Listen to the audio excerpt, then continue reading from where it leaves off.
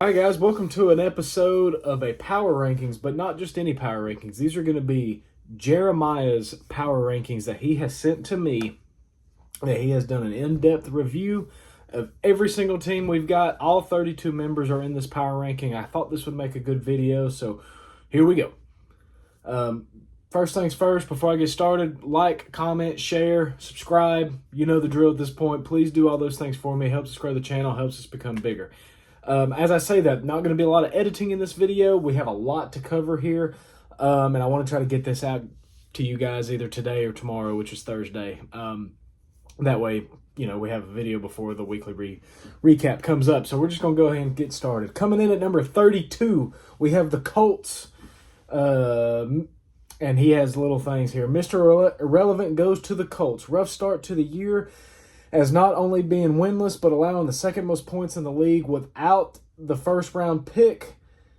What are they going to do? Who knows? At 31, we have the Jacksonville Jaguars. Mr. Duval Jordan will be coming in at 31.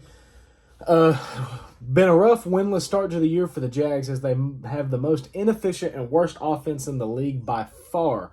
Only bright spot is they have right now is Hunter being a tackle leader. Jags are another winless team with no first round pick. Coming in at number 30, we have the Green Bay Packers. I haven't read this. Is the first time actually reading. The Beast Lover himself, Beej, one of the historic RTTSB users, not for the right reasons, is starting exactly where he left off. The Packers are 1-7, losing their last 6 straight. The offense can't move the ball, nor not turn the ball over. Been a rough start for Green Bay. And so I'm reading this for the first time with you guys here. So if I laugh at something, just know that's why. 29, the Detroit Lions. Kaz has had one of the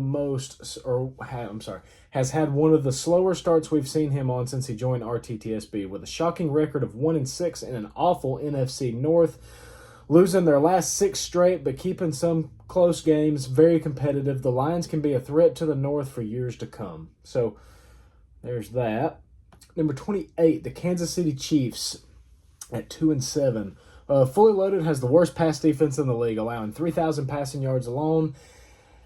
Has a defense, the offense has been firing, but without the stops they need, this team can't be competitive versus the top teams in this league.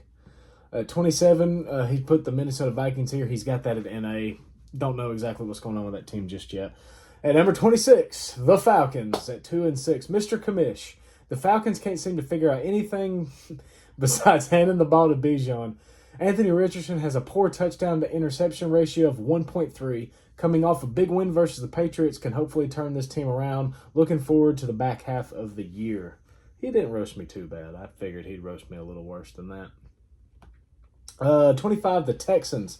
Starting 2-5, D-Love, the Texans' offense is slow to say the least. Having the least amount of first downs and yards gained through the season so far, as the defense has been a top 7 defense in the league. The offense needs to pull it together to start winning some games. 24, we have the Seattle Seahawks. DJM, usually a quiet threat, has started 2-5, but has possibly played the best we've ever seen a 2-5 team play, with a very hard schedule to start the season off. He has stayed in a lot of games to the very end versus top teams in the league with almost a dead even point differential. The Seahawks are the best 2-5 team in the league. Let's see. We've got the New England Patriots at 3-6. Kodak, the deep ball threat, doing what he does, passing a lot and giving up a lot. His usual problem stays the problem, as he has led up the most points by almost 100 points. They've lost back-to-back games, but the future is still bright for the Patriots going into the offseason with a young, talented team. Edit, I didn't know this word I'm not going to say. Had 34 interceptions, embarrassing as a human being. Oh, that's funny. 22 Commanders. We got the Washington. Ooh, lost my spot. Washington Commanders, 3-5. The Korean Killer himself had a shaky start, losing to some of the worst teams in this league, Packers, Falcons. but is in a strong division. Another team that can avoid the INTs with almost a dead even touchdown to interception ratio. They are behind in the standings, still hanging on to the little bit of playoff hopes they have left. 21, we're going with the Raiders at 3-4. This is in parentheses. Levi! Coach Levi and the Raiders have flipped it completely around, starting 0-4, now winning 3 straight, including a win over the Hall of Fame coach Jax and the Titans. Levi is hot and not looking to slow down.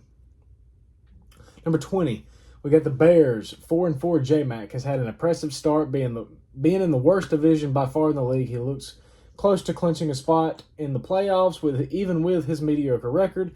He's lost back-to-back and needs a big turnaround to keep the division lead. Miami Dolphins, 4-5. Mr. Miami himself, ball game. He's been keeping that ball on the ground as A-Chain. As A-Chain is one of the best backs in the league. His problem has been Tua with 18 interceptions, the second most in the league. 18, we're going the Arizona Cardinals, 4-3. The Cards and the Frenchie man have started very well. Hold on. I missed something here. The Cards and the Frenchman have started very well, better than anyone thought. The only reason they are this low is the negative point differential so far. As much as I hate this word, I'm not going to say. Got to give credit where it's due. He's been impressive with his biggest win being against the Panthers. It's all love, Frenchie. That was in parentheses.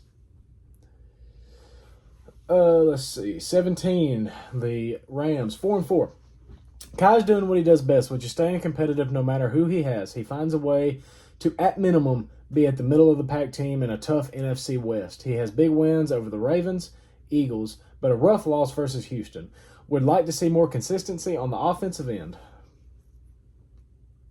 These are good, Jeremiah. You put a lot of effort into this. This shit's good, man. All right, 16, the Tampa Bay Buccaneers. Let's see what he says about himself here. JJ, the best passing offense in the league with Baker leading in touchdowns and yards. I agree with all that. Currently, but a lackluster defense and some controversy to start the year has had this team all over the place and needs to get over his pride and focus on the games at hand. That's pretty good. That's pretty good self-diagnostics right there, Jeremiah. I like that. 15, the Eagles at 4-4.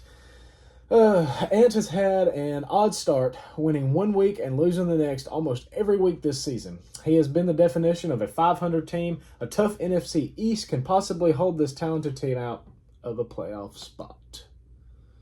14, the New Orleans Saints at 5-4. Hate him or love him, E-Dot has been hooping with a new offense and a rough schedule. He has been scrapping away win after win as Tony Pollard, yes, Tony Pollard, leads the league in rushing yards. His wins are small, but losses are big, which has him at a negative point differential despite the strong start.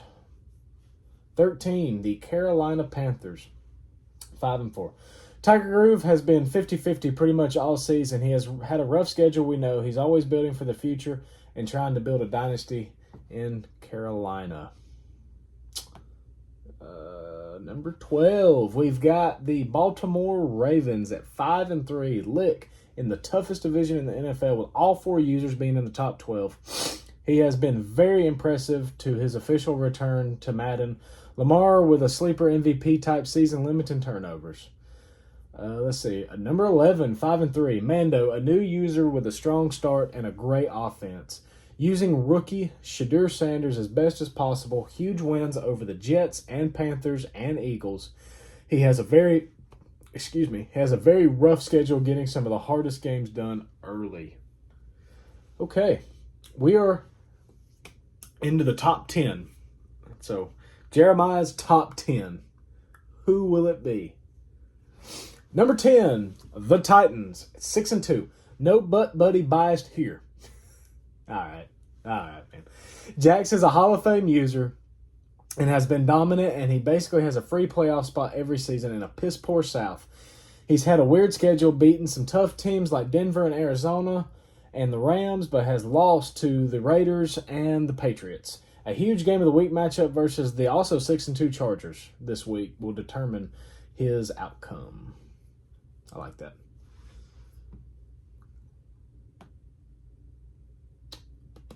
Number 9, we have the Giants at 6-2. I'm pronouncing his name as Kiwi because I'm assuming that's how you do that. But anyway, another new user that's been very impressive using Malik Nabers to his full capabilities. I see he's one of the best receivers in the league. Number 1 in his respected division, trying to hang on.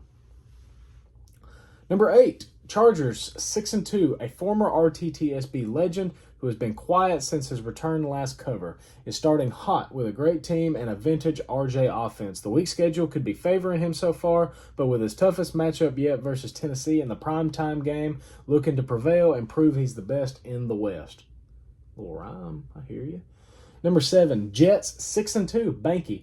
Another new user striking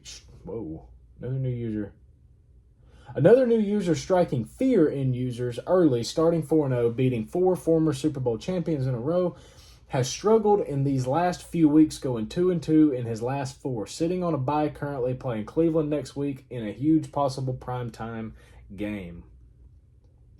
Number 6, Broncos 6-2. Stank has had one of the toughest schedules yet, beating huge teams like the Bengals, Giants, Cowboys, Eagles, and Chargers. He's been winning at any means possible. Unfortunately, his stats don't show due to technical difficulties. But Bo Nix has been on a tear as of late, looking to grasp his first ring this cover. I will say this, Bo Nix is probably leading our MVP race if the disconnects didn't happen with him. So there's my 2 cents on that. All right, top 5. Here we go. Jeremiah's top 5. At number 5, the Steelers, 6-2. After an embarrassing Week 1 performance, Dice is back, beating up on a lot of lower-level teams. But a huge win versus... I don't know what that is. It says Vinci. I'm assuming that means Cincy. I'm assuming that's a typo. So, huge win versus Cincy has put him over the edge. Number 4.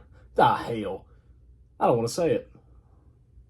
He's going to be all up in the chat talking all that shit. All right. At number 4, the Cleveland Browns, 6-2.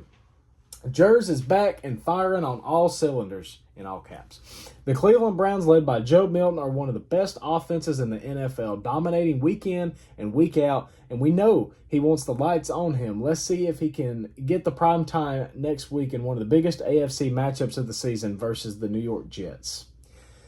At number 3, we got the Buffalo Bills, 6-2, and started slow, 1-2, but has now won 5 straight, all in dominating fashion.